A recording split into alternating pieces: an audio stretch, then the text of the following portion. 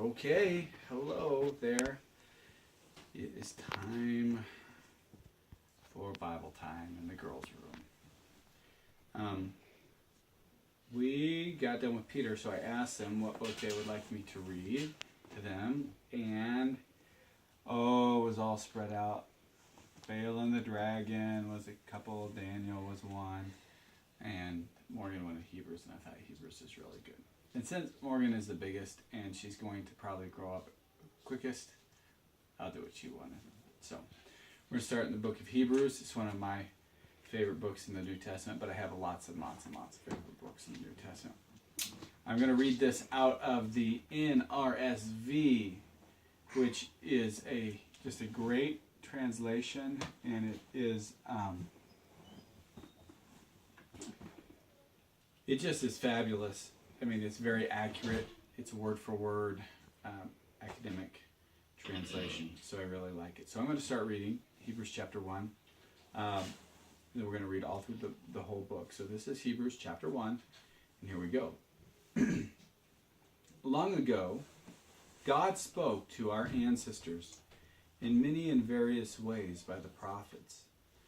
But in these last days he has spoken to us by a Son, whom he appointed heir of all things, through whom he also created the worlds. He is the reflection of God's glory and the exact imprint of God's very being, and he sustains all things by his powerful word. When he had made purifications for sins, he sat down at the right hand of the Majesty on high, having become as much superior to the angels as the name he has inherited is more excellent than theirs. For to which of the angels did God ever say, "You are my son, today I have begotten you"? Or again, "I will be his father, and he will be my son"?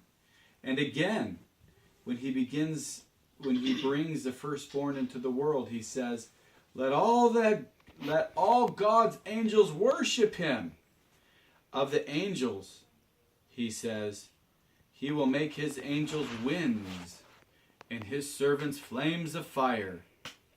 But of the Son, he says, your throne, O God, is forever and ever, and your righteous scepter is the scepter of your kingdom. You have loved righteousness and hated wickedness. Therefore God, your God, has anointed you with the oil of gladness beyond your companions. And, another quote, in the beginning, Lord, you founded the earth. The heavens are the works of your hands. They will perish, but you remain. They will all wear out like clothing, like a cloth. You will roll them up, and like clothing, they will be changed. But you are the same, and your years will never end.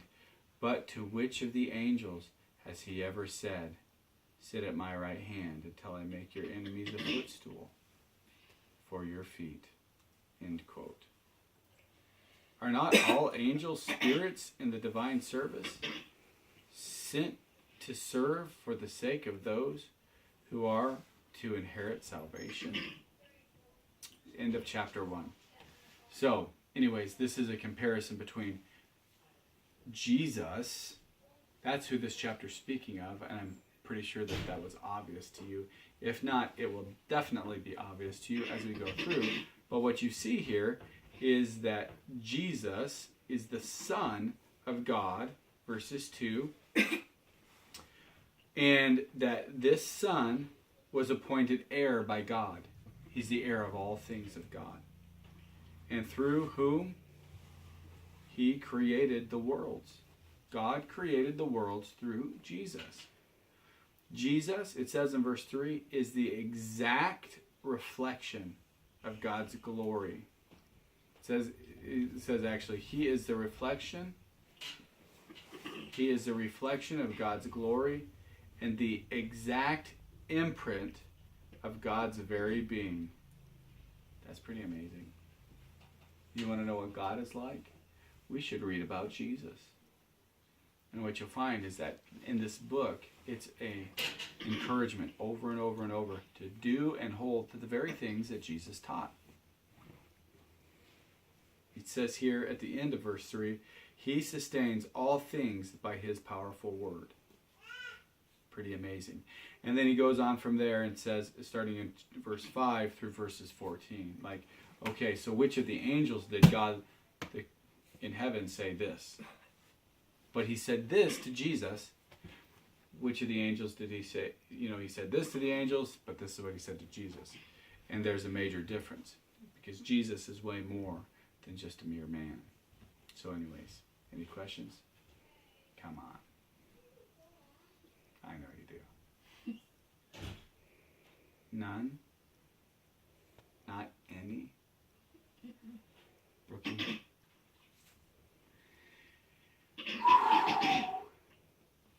This dad is one tired dad. Praise God. What a blessing it is to have all these children. And I pray that God would bless you. I hope you're blessed by the family that you have, but more than that, I hope that you're blessed through Jesus, because he wants to give you life. In fact, he's the one who sustains all life, even if you don't know it. Well, anyways, may the Lord bless you, may he keep you, may he shine his countenance upon you. This is Steve Mitchell. Mitchell's Minutes, over and out.